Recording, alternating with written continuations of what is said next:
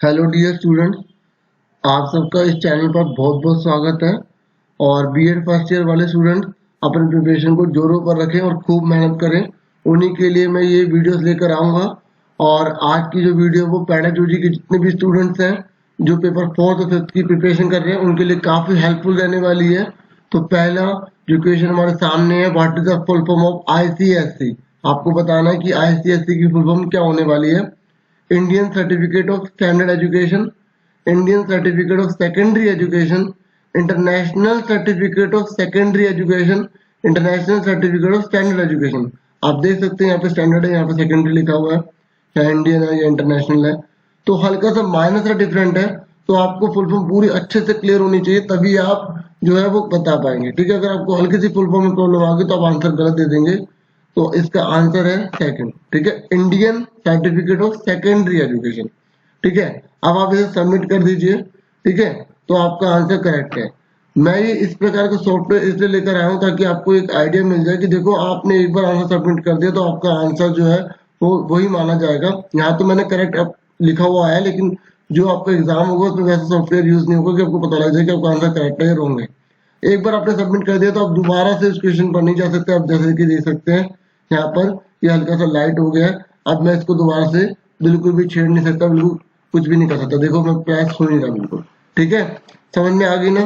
तो आप अच्छी से प्रिपरेशन करके जोरों पे रहे और पूरा हिम्मत से पढ़े, कोई टेंशन नहीं है, अच्छे से पास हो गई। ठीक है, मैं आपके साथ हूँ और मैं आपको बहुत सी अच्छी से तैयारी करवाऊंगा, टेंशन मत लेना, खूब मेहनत करना। ठीक है, CBSE की फुल फॉर्म बतानी है आपको। Central board of secondary education, central board of senior education, certified board of senior education, central board of superior education. आप फटाफट बताइए इसका आंसर क्या होगा।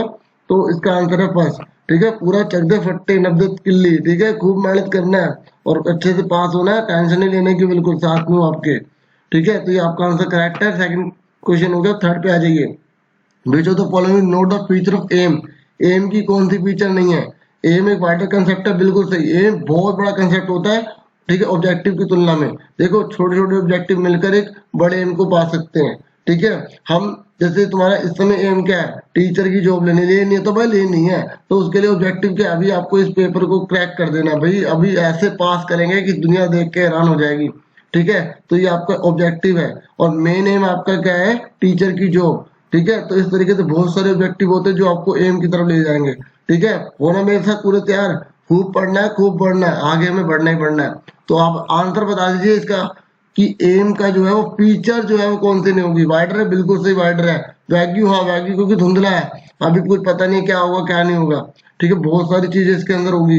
ठीक है, aims are the ultimate goal और द टारगेट। एम जो है वो अल्टीमेट गोल होता है। हाँ, जैसे हमारा टीचर की जॉब हमें लेनी है ना, वो अल्टीमेट गोल है।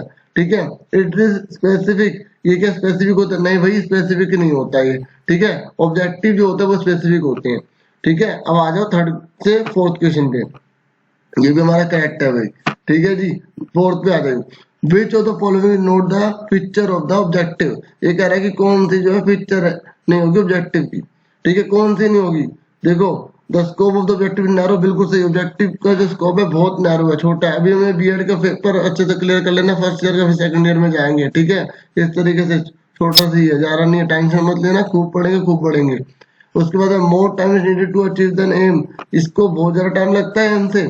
ठीक है, नहीं ना, अभी आपको क्लियर हो गया तो इसका आंसर कौन सा होगा, सेकंड होगा। ये स्पेसिफिक है, हाँ ये स्पेसिफिक है। Objective provide clear instruction to the learner. देखो ऑब्जेक्टिव में क्लियर इंस्ट्रक्शन देते हैं। हाँ, आपको इस समय अगर आपको क्रैक करना है बीएड फर्स्ट ईयर के पेपर बहुत अच्छे नंबर से, तो ये क्लियर इंस्ट्रक्शन दे रहे हैं ना कि आपको पढ़ना है और करना ही करना है। तो ऑब्जेक्टिव ही है। ठीक है, जबकि जो एम होते हैं वो वैल्यू हो जाते हैं कई बार, क्योंकि हम बहुत सारी चीजें उसमें लग जाते हैं, बहुत सारे ऑब्जेक्टिव हो जाते हैं। ठीक है, अब आ जाइए फिफ्थ क्वेश्चन पे। तो ये आपका आंसर करेक्ट है। नेक्स्ट क्वेश्चन पे आ जाते हैं। तो इसमें इसने बोला ये डेफिनेशन किसने दिया है। अब डेफिनेशन तो आपको पूरी रट्टाफिकेशन होनी चाहिए, आपको सारे डेफिनेशन बस एक बार अच्छे से पढ़ लेना, उसके दो दो चार चार वर्ड जो है वो माइंड में रख लेना। ठीक है, जैसे an objective is a point or end. देखो जो point or end in a view of something towards which action is directed a plan change. और directed plan change, plan change कौन बात करता है, एनसीईआरटी बात करती है। ठीक है, तो इनमें से कौन सी डेफिनेशन, जो ये डेफिनेशन किसकी है, एनसीईआरटी की है। ठीक है, ऐसे ब्लूम ने डेफिनेशन, जॉन डी ने जो डेफिनेशन दिया उनको भी एक बार आप रीड आउट कर लेना बुक से। ठीक है, बाकी आपके साथ हूँ मैं, आपको बहुत सारी, अभी तो शुरुआत हुई है, अब देखो कितने सारी मैं आपके लिए वीडियोस लेकर आता रहूंगा। ठीक है, तो इस तरीके से आज के लिए इतना बहुत है।